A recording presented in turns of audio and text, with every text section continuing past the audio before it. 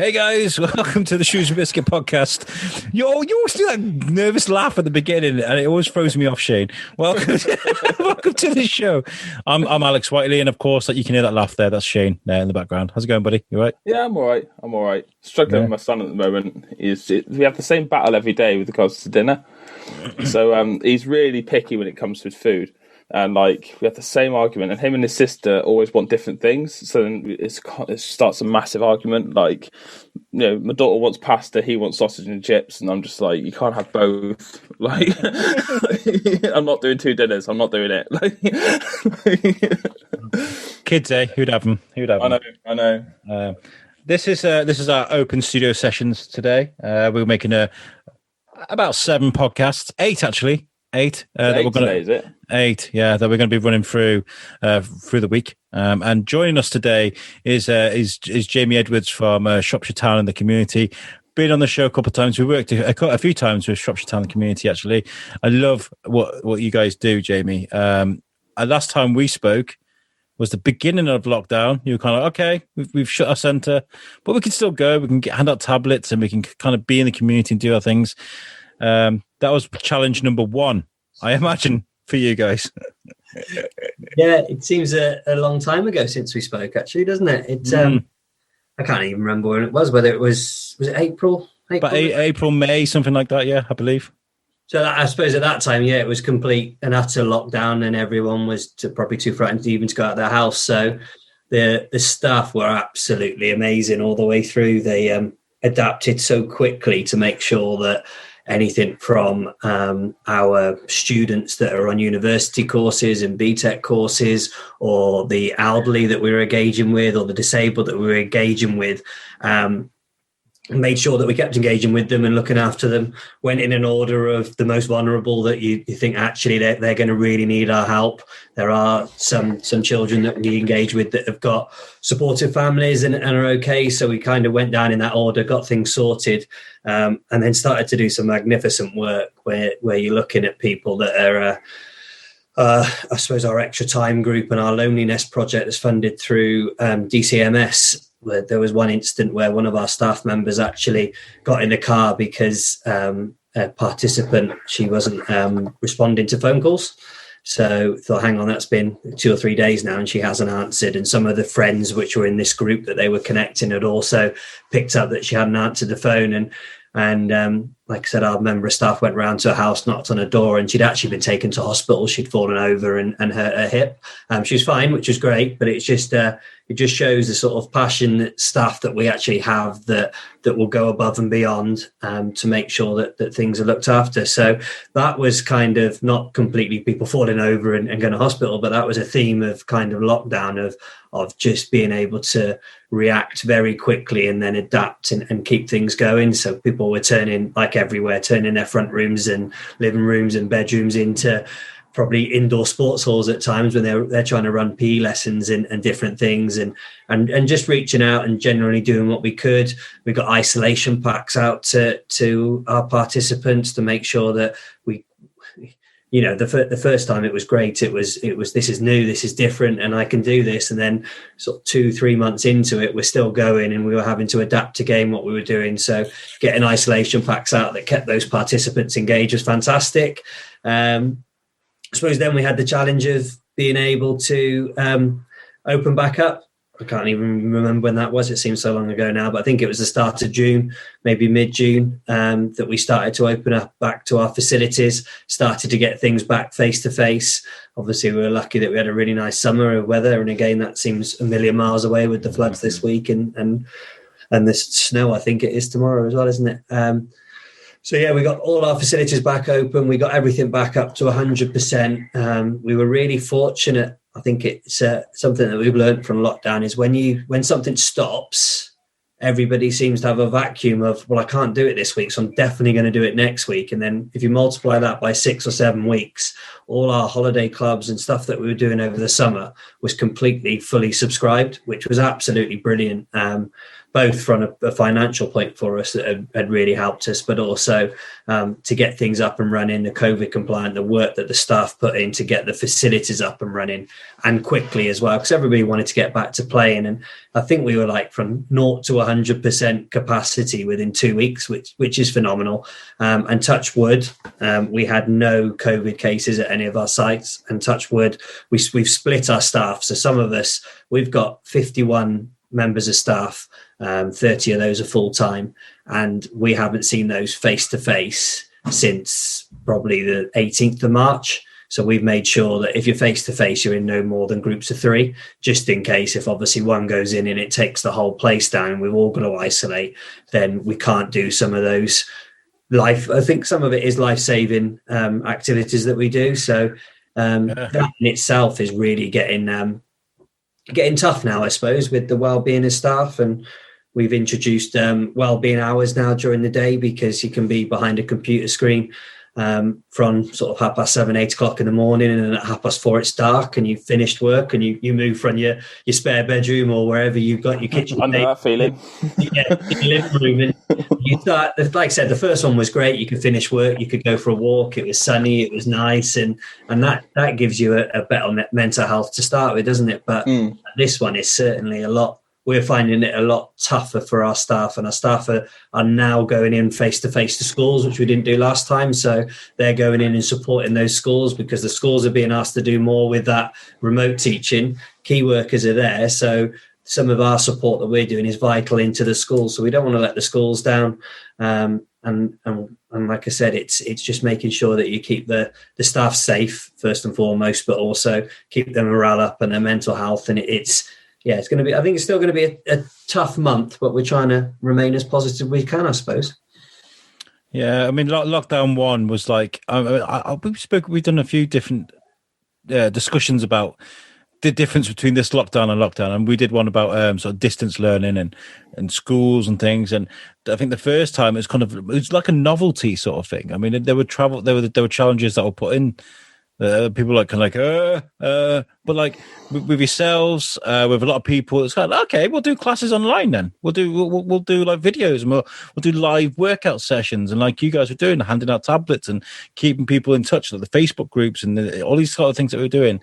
But that's because people were sort of happier with the weather, and like you said, mental health was kind of like it was bad, but it's worse this time. You know, I'm finding this lockdown like more difficult than the first one, definitely. Yeah. Myself personally, I mean, it's been interesting to see different companies adapting to this sort of environment, and the remote stuff and things like that. I've seen tattooists who obviously can't do their tattooing at the moment, and that's their livelihood, starting to do drawings and selling drawings, and like they're putting out there. I saw one where it was like, if you want a canvas painting or picture of your tattoo, send some pictures in and I'll draw your tattoo, so you can have a picture, like, and they'll sort of adapt it to be sort of unique to you. And I was like, that is outside the box thinking. That is really good. Fair dues, I think where we've gone now is probably full circle. So when the announcement came for lockdown, what was it, 3.0, I think we're calling it within our one. We didn't rush into anything. Last time it was a bit of a clamour, like Joe Wicks came out and then everybody was doing their fitness things, and it was whoever could get there first with whatever trend was going to basically clean up in terms of either a fundraiser for a charity. You had to be that first person in. This time we went, well, hang on, let's not jump in and do anything too quick, because and I don't believe it's the government's fault that they've made so many U-turns. I think you just can't predict it. But what we said is, let's give it 5 or 6 days, take our time with exactly what we're going to do, support, carry on. We can flip everything to online that we've done anyway, and then sort of assess the situation from there. And I think the main thing that's come out with us is this remote learning is not going to go away, or remote working. I think people will be looking at their office spaces and reducing that, and how they design what they're going to do going forward. I personally loved lockdown in that I've got a 4-year-old son, and I've never spent so much time with my 4-year-old son, to the point that it got annoying at some stages with the family there. And you felt a bit stupid in the end. You saying, "Oh, do you know what? I've had enough of my wife, and I've had enough of my yeah, I know what you mean. I know exactly what you mean. Yeah. Would you give to have that time back? And when you look back and reflect on it, like my 4-year-old son, he's now riding a bike. So he's gone from not riding a bike at all to riding a bike. He started school. I've seen all of those bits happen and been involved in it. And I personally feel really lucky for that. And I think you've just got to try and take the positives. And we're also looking at a workforce of, rather than working to time, is working to task. Yeah, I mean, it's. I kind of went through a bit of a roller coaster for it, really. When I first got sent home, it was like, well, this is a novelty, because I'm a mechanic by trade, so I'm used to sort of being out in the cold, using my hands and stuff. And then I went from workshop to office to home working within 12 months. Like, it's just rapid fire. And so it's like, well, this is completely new to me. I have no idea what to expect, how to do it and stuff. So, but then I moved around the house, trying to find a decent workspace. We just literally had a baby. I think he's about 6 weeks old, Al. I think. Must be about 6 weeks old. I think when we first went to lockdown. So that was similar to you. It was amazing being able to be at home. But then obviously now I've got myself set up. Now I went through a phase in the middle there somewhere where I was like, I've had enough of this. This is doing my Sweden. I can't do this, because it's I'm at home, the baby's crying, I'm trying to work, and I'm making mistakes. But then I'm in our bedroom now. I've got a decent desk now. I've got more space. I've sort of settled in, and now I'm a bit like, you know what? I'm actually all right now. It's when they're like, right, back to the office. Everybody's like, no. That's literally what will happen now. Like, at some point they might turn around and say, right, you go back to the office now, and I'm going to go, well, I don't really want it now. I'm quite happy here. Like, I've got my fridge downstairs, and and I can work in my pajamas. So happy days. Yeah. One thing of staying away from the fridge and then finding your space. I probably see the mess behind me. We've today moved my son out of this room. For me to have the office in this room, we're lucky we've got a spare bedroom. We've changed everything around, so I'm in the middle of making a new desk that is, and that's probably part and parcel of the decision that we're not going to change from this. No. We are obviously go back to our offices, but I don't think we're going to have that need to house 25 members of staff with their own desk. Yeah, I think you're absolutely right. I'm a team of, it's now 8 now, but 4 of them are remote. They're different places of the country, but there's 4 of us in Shrewsbury. And we used to have 4 desks, but I don't think I'll do that now. I think I'll have 1 desk and then 1 person manning it, every day. So I think there'll be a rota system for 1 desk. The rest of the time working from home. That's if they do that. They might not. I don't know. I think you'll find that desk space will be turned into meeting space. Yes. Yeah. Book that. If you've got to see somebody face to face, book your room, come in. Yeah. But if not, why do you need to be in? Exactly. Yeah. Costing us money in light and heating and all the rest of it that can be at home. So have you seen that? Have you seen a drop in your sort of outlays?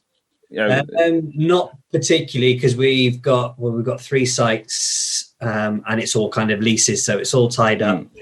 What we pay as a flat fee. So we haven't seen that. In me personally, I have, because I live in South Shropshire and it's a 60-mile round trip to happy days. You're rubbing your hands together then. Exactly. And I know a lot of the people were saying the same, that actually, my car hasn't left the drive yet. And do you take the gamble and sell your car for the month that you're going to be on? What you actually do. So I like I said, I think it's trying to take the positives out of everything, and then try and what I keep saying to the staff is, what were the really good bits about lockdowns that we want to keep? What are the really bad bits that we make sure we need to change? So, like I said, the well-being hours, the getting light during the day. We're probably quite fortunate that we've had this 3rd lockdown in the middle of winter in bad weather, because otherwise everyone would have said, yeah, work from home, it's lovely, the sun's out and the whole lot. And then you'd have got to winter 2021 and thought, actually, all my staff are really struggling here and we've made a bad decision. So it's probably given us a chance to dip the toe in the water of exactly what home working is like in the winter. Yeah. So it was, lockdown 1 is kind of like, let's iron out the kinks. And then by the time we come here, we kind of know what we're doing now. We know what works and what doesn't, sort of thing. Yeah, exactly. I think we're all almost there now. We've got a nice blend between face-to-face delivery and online delivery. You know what works and doesn't. We've really gone out and like the stuff that we're giving into the primary schools for work and online work. We've actually had a proper professional recording, and we're lucky we've got a great videographer now on board. So all of our sessions are videoed beforehand. So they've got the presentation, they're there talking to the children, right, here's the next activity, can you do that activity? But it's not the back of their front room, it's actually at our facilities that they're doing the filming and stuff like that. So we've tried again just to take it up a notch, because I do think some of it will stay around. You know, one thing we do know is Shropshire is massive, and we want to cover the whole of Shropshire, and remote is going to be a great way of simple things like getting player appearances. We deliver in one school, Newcastle under Clun or on Clun, I can't remember which one it is. You're never ever going to get a professional footballer that finishes training at 1 o'clock to Newcastle under Clun by 2 o'clock, 2:30, when school finishes at 3. Well, actually, we can put them on a virtual call. They can do a quiz together. They can do activities together. They can probably do more than what they would if they were there face to face. So we've got more resources that we can use. So keeping that going and getting, obviously, the name of Shrewsbury Town across Shropshire is going to be easier as well. So, like I said, lots. Happily, I'm a positive person with it all, and I think COVID, as harsh as it sounds, has been the perfect storm for us. As an organisation, we're based on health, inclusion, participation and education. And all of those things are going to be really important during COVID and even more so after COVID. So we're all about being brave now and probably trying to do things that we've never done before. So we've got traineeships ready to go for 16 to 24-year-olds who aren't in work. We've got the Kickstart scheme with 30 new employees about to start for 25 hours a week. You know, we'll be one of the biggest in Shropshire of employing Kickstarts schemes. So we've got people going in to work with the kit man with the first team and work as the chef at the first team training ground, and having that on your CV for 6 months as a work placement and getting paid for it is something we've never done before. But actually we've thought about it a lot. Of like COVID, you think about doing things, you think about homeworking, but this has pushed us into going, actually, we're going to have to do something about this. And I haven't had to rewrite our strategy. I'm probably one of the lucky ones in terms of business plans and strategies. We've adapted it slightly, but actually the core values and the core aims and the core outcomes we want aren't going to change. You know, it tests your mettle, doesn't it? You know, as a company. Yeah, definitely. It makes you, and it gives you the time that you had, because we are quieter. We're not doing the amount of face-to-face delivery that we would normally do. I've never sat down and worked it out, but I know for a fact that you've got probably 30 full-time members of staff out at any 1 hour delivering to 30 children each. You know, that's a lot of people that you're seeing for 6-7 hours a day. And that's obviously drawn back a bit. And it gives you a lot of time to reflect, like you said, and like you said, be brave and think exactly what we can do to make an impact on Shropshire. And we chose not to support. We offered if we could help in any way around food parcels and going into homes. And Shropshire's been fantastic. Shropshire Council have been unbelievable at coordinating that I haven't, and I don't know about you guys, but I haven't heard of people going hungry in Shropshire. You know, you've seen it across the county, but across the country, sorry. But Shropshire seems to have nailed that. The vaccine rollout and people being able to get their prescriptions and all the rest of it. I know Southampton were working side by side with the NHS, having to get prescriptions out to people and stuff like that. So I think that's where we're really lucky in Shropshire with the infrastructure that's there. But that might be because of rural nature and the councils had to do it anyway. Yeah. Well, we did some work with Shrewsbury Food Hub a while ago, and they were amazing. I've learned so much by working with Ali and the guys at the Food Hub, because you know, it's food it's not necessarily for people that are in poverty. It's food that's not going to go to waste, and that's the message that they give to people. It's like, there is literally, I've been there. I was spending a day there working there, and there is a ton of bread, and great food that's just going to go into landfill if people don't use it. So, you know, so there's those things that COVID has highlighted how good that is, but that was here before COVID. Yes. Ramped up, but there's some Shropshire's got some amazing charities that do amazing work, and that was one of the big things that we said, is that there was a few around the country, similar community schemes and charities that have shut, and you think, well, hang on, you're a charity, so you should be providing a charitable aim. Why are you shutting during the middle of a pandemic? Yeah. Worrying that the infrastructure of the charity would have to shut and couldn't deliver to their participants or their customers, or it's like a homeless charity. Would they shut during a pandemic? Exactly. Yeah.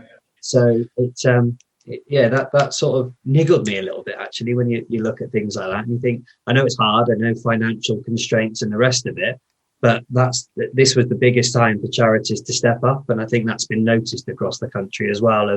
It would be nice to do something Shropshire wide of actually who's stepped up during this time. Not so much the businesses have had to adapt. I suppose it's about core values, isn't it? I suppose, and the ones whose core values are that of a true charity, and their values and beliefs are sort of sound. They're the ones that are still there and pitching in and doing what they can. The ones that I've had to close clearly are not necessarily in the right kind of ilk, Yeah, you'd have to say, are they fit for purpose? That would be, and I know every different, don't get me wrong, every different charity's got a different situation, and it might be, like I said, financially viable that they just can't do it. And if that's the case, then after COVID, then they're going to have a look at where their income streams are coming from. We were lucky. I'll openly say we've lost about 35,000 over this last 2 months. Oh, wow. Facilities not being open, but touch wood, we're still doing okay. We still have grant funding coming in, and we're still operating what we're doing. But as you can imagine, having 3 facilities that offer five-a-side football and health and well-being and different things on it every single night of the week will soon start to hurt. So, like I said, hopefully, touch wood, will come out of it at the end of February, and we'll be back to being able to do what we do properly. But like I said, if you're there to offer a service, you've really got to find a way around it. Businesses have got to do the same. It's about being clever and using your resources to the best abilities, and I think that's happened a lot that we've seen. We've spoken to some very inspirational people throughout this thing, but like you guys, I mean, I know you get lots of funding from across the county. Dave Prince noticed that we were doing this with you, and he was like, "Oh, the 90s revival are doing something for the guys." And people love what you guys do because you are at the heart of the community. But when it comes to like the football club, because I know you guys work in partnership with the football club, obviously, are they being badly affected by? Obviously, they're not getting gate receipts and stuff at the moment. Does that affect you in turn? Luckily, no, because our football club is ridiculously well run. So the chairman has always not thrown money away for the sake of it, and we've had those reserves. So we're not. But if you look at the context of the football club, the gates kind of shut on the 18th of March 2020. I think we had 4 games that we had reduced crowds on, which actually cost us money to deliver. The other part of the business is hospitality, which obviously has not run in any way, shape or form in the last year now. So all they've had is income from TV money, which is, don't get me wrong, is probably the bulk of the income that a football club will get over the year. But they've managed to survive it. Where you're going to see the pinch now, and I think you've seen it today in the Conference North and South have turned around, or whatever they are, National League North and South now. They've said, actually, we've got to suspend play. We had our grant funding at the start of the year. We've got to this stage. The crowds still aren't here. We are solely on crowds coming through the door that will pay the bills, basically. So I think you're going to start to see that over the next 2 months, and it will creep into the Football League. Those clubs that aren't as well run as ours will really start to feel the pinch, and I'm sure we are as well. I'm sure in some respects that there has been redundancies and different things that the clubs had to make. It's not to say that those jobs won't be back there in the future, but right now, the furlough is great, but you can't keep furloughing someone if you don't know that that's going to come back or not. With the history and the tradition and how much people love the football club, you guys at STITC are also like a good reason to root for the club, because without the football club, there isn't you guys and what you guys do for the community. So, like, if it came down to it and they were kind of like, guys, we need help to survive, because things are getting really bad, which they're not at the moment, luckily, I'm pretty sure the community would reward you for the hard work you've done by helping you out, I reckon. Hopefully, we are looking at a few fundraisers towards the end of the year. One was to kind of do, I don't know if anybody saw the Marine game with Tottenham Hotspurs the other day, and the Spurs fans basically bought a virtual ticket. So I think they got something like £300,000 worth, this non-league football club, for Spurs fans just going, here's a tenner. We would have come to the game, or we would have tried to get a ticket, or we would have watched it online. Here's a tenner. And if we could do something like that, if you imagined the Shrewsbury Town Football Club have, what do they have, about 6,000 per game. If we could get each of those given a tenner, because they haven't, our fans have been phenomenal. They bought season tickets. They've not asked for their money back. I think it's like in the 90% of how many people, less than say 10%, 5% of people that have asked for their season ticket money back. And in all honesty, they've had 3 or 4 games. So that has been phenomenal when you look at the support that's been given.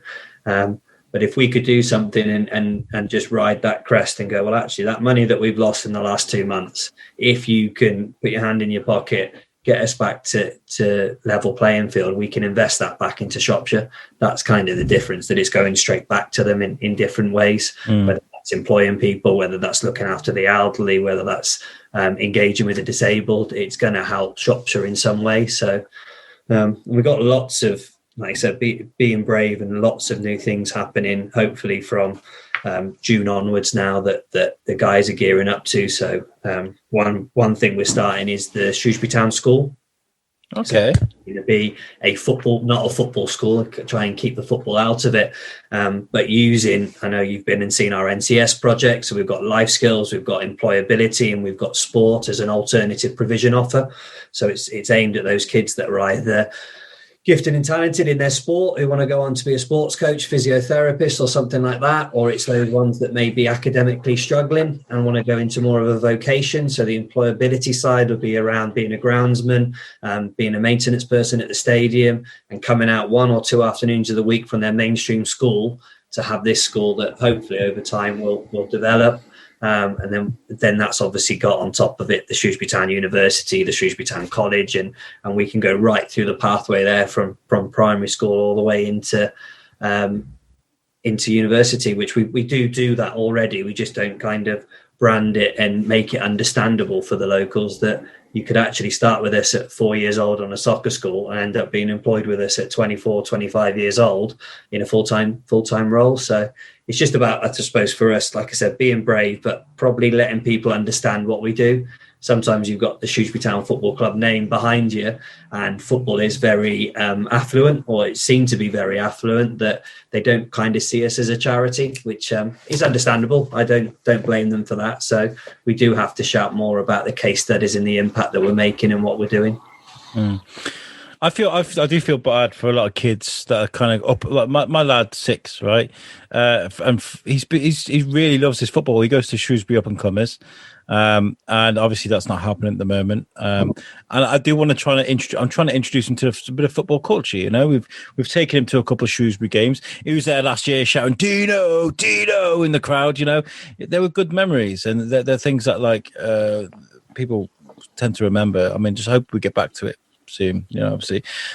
So these things you've got planned in June, are they just ready to go? Just everything's there, ready. Just press the button, done. Go. Or the employability is we've employed a guy called Lee Thompson, and he came in October, believe it or not, because we thought we were getting ahead of the game, and January was going to be our start date. So he keeps pushing back his employability courses, because obviously that needs to be face to face with what we're doing for getting people into employment. So that's ready to go 1st of March. The school is actually being painted right now. We've got JCBs and dumper trucks on the grass pitch behind the ground. That's becoming a full 3G. So we're hoping that's going to come out, I think middle of March, although because of the floods it got delayed last week. We had no no construction done last week, but that's going to be a full-size 3G AstroTurf with floodlights that actually up and comers are part of as well, and Saha Football Club. So there'll be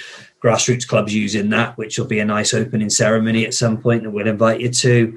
We're relaying 2 pitches on the other side of the stadium at the Football Hub, which was the former Power League. So like I said, we're being brave and trying to invest, and having those places shut is costing us, but actually let's get things done and get things ready to go.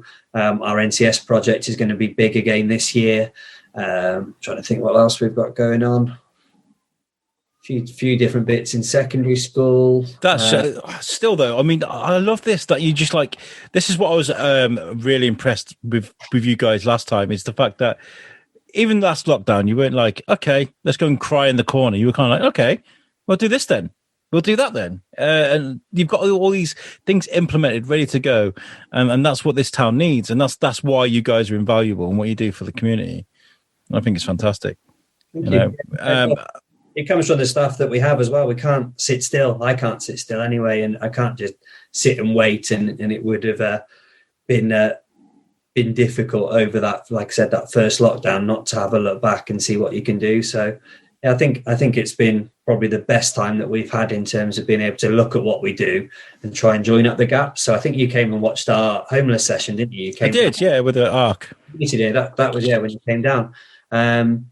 Well, that's now linked to our employability session. So rather than just do a session that is nice, don't get me wrong, these guys that are suffering, homeless, get to come up, they get to play football, they have a shower, that's invaluable. But can we link that to our employability sessions now? And can we take away that there is a fact why these people are homeless? Can we help them out in some way by giving them some key skills that will hopefully get them towards employability? Can we give them work experience within our facilities to make sure they've got something on their CV and move them forward? So we're at that kind of stage, connecting everything up in terms of what we do. So there's a pathway between our kind of education and our health and well-being, and people are talking more. And that's probably what virtual has done. We had all these full-time members of staff that were concentrating on their one project and didn't realise what the other people were doing in the other corner of the organisation. So this virtual world has really brought that together in terms of a bit of collaboration internally. Probably where we are struggling, and I think everyone is those partnerships.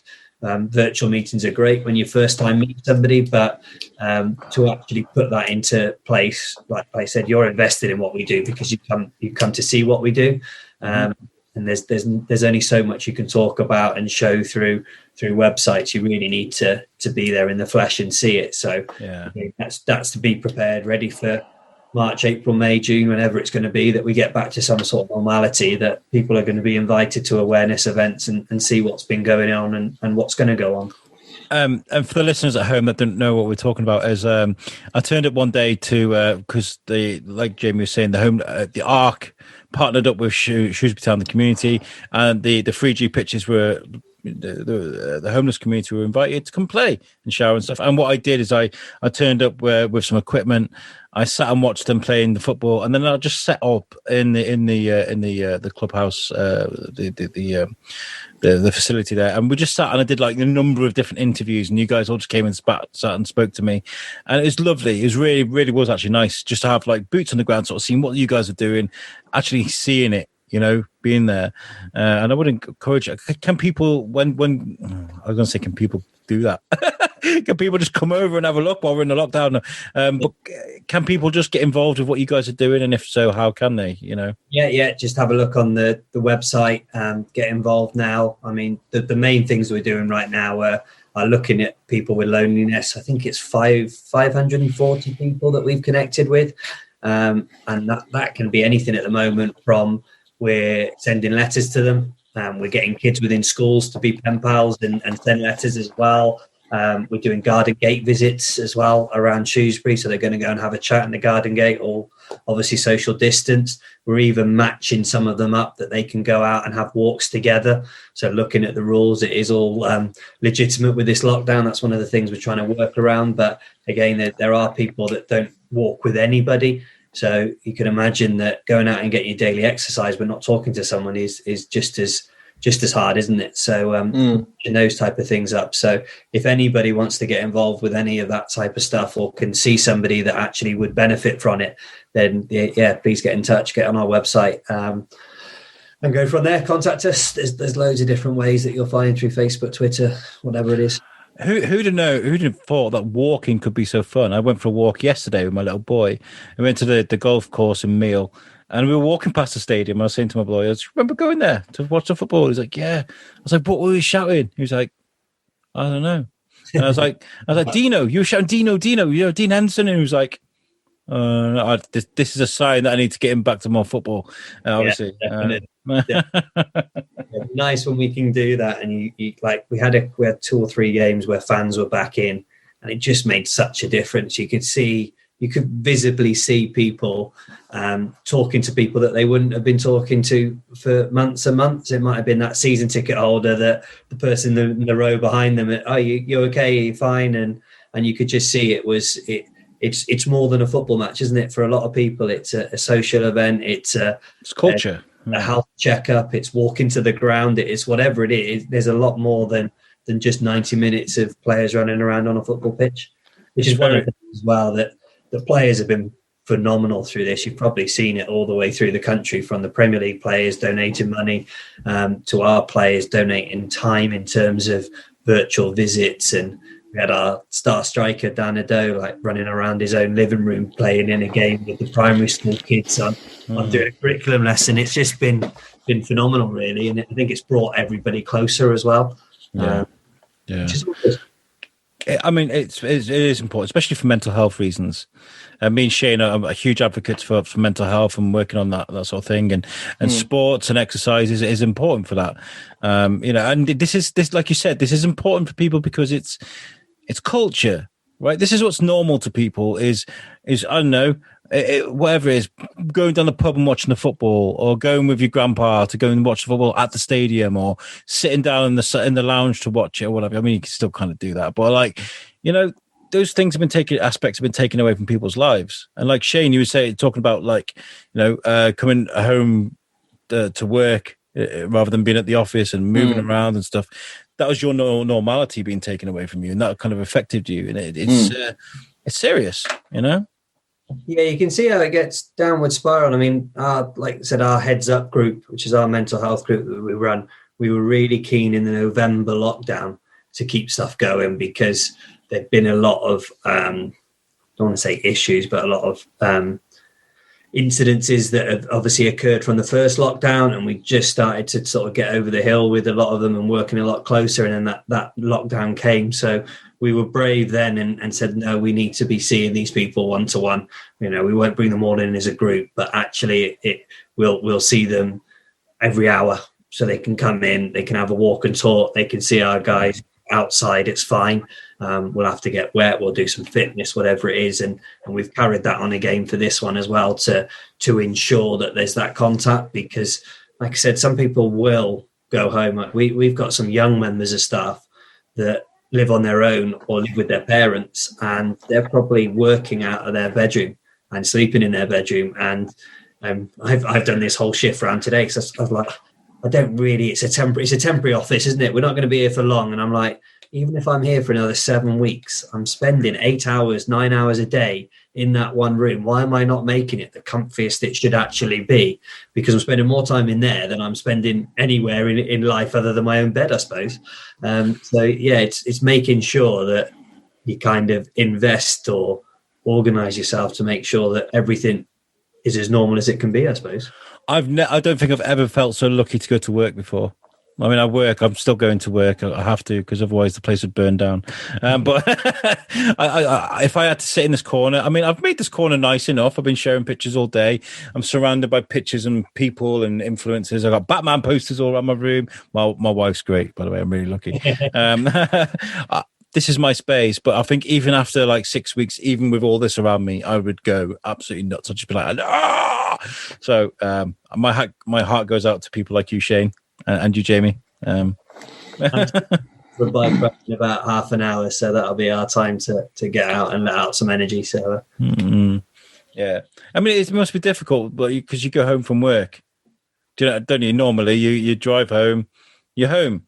You've been at work all day. Whereas, like, if you've been working at home all day, that's something which I actually struggle with. On the first when I first got sent home, because I'm a bit of a workaholic. I'll probably back me up on that. I actually have to be careful. I have to sort of manage it quite. I have to watch it a little bit. When I first got sent home, I was fine. But what I didn't realise was how much extra I started doing. Because obviously my computer was literally like 6 foot away from my sofa. So I actually found myself starting to also baby around as well. So my missus would go to bed earlier, to look after the baby and stuff. And I found myself grabbing my laptop again. And I'll start working, and I was fine.